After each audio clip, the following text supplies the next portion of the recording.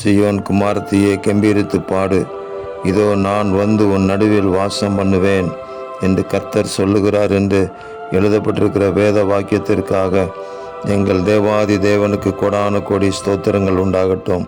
கர்த்தர் நல்லவர், உங்கள் கிருபை என்றும் உள்ளது. தேவரீர், நீர் எங்கள் நடுவில் வந்து வாசம் பண்ணுவீராக. ஒவ்வொரு நாளும் வாசம் பண்ணுங்க என்று சொல்லி உங்களை அன்போடு அழைக்கிறோம். இதோ வாசற்படியில் நின்று கதவை தட்டுகிறேன்.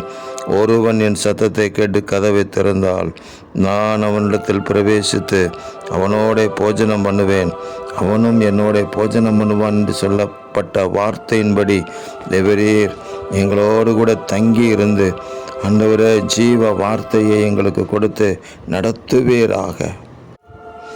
நான் உன் நடுவில் வாசமாயிருப்பேன் என்று சொன்னீங்களே, அப்பொழுது அந்நாளிலே அநேகம் ஜாதிகள் கர்த்தரை சேர்ந்து என் ஜனமாவார்கள் என்று எழுதப்பட்டிருக்கிறது.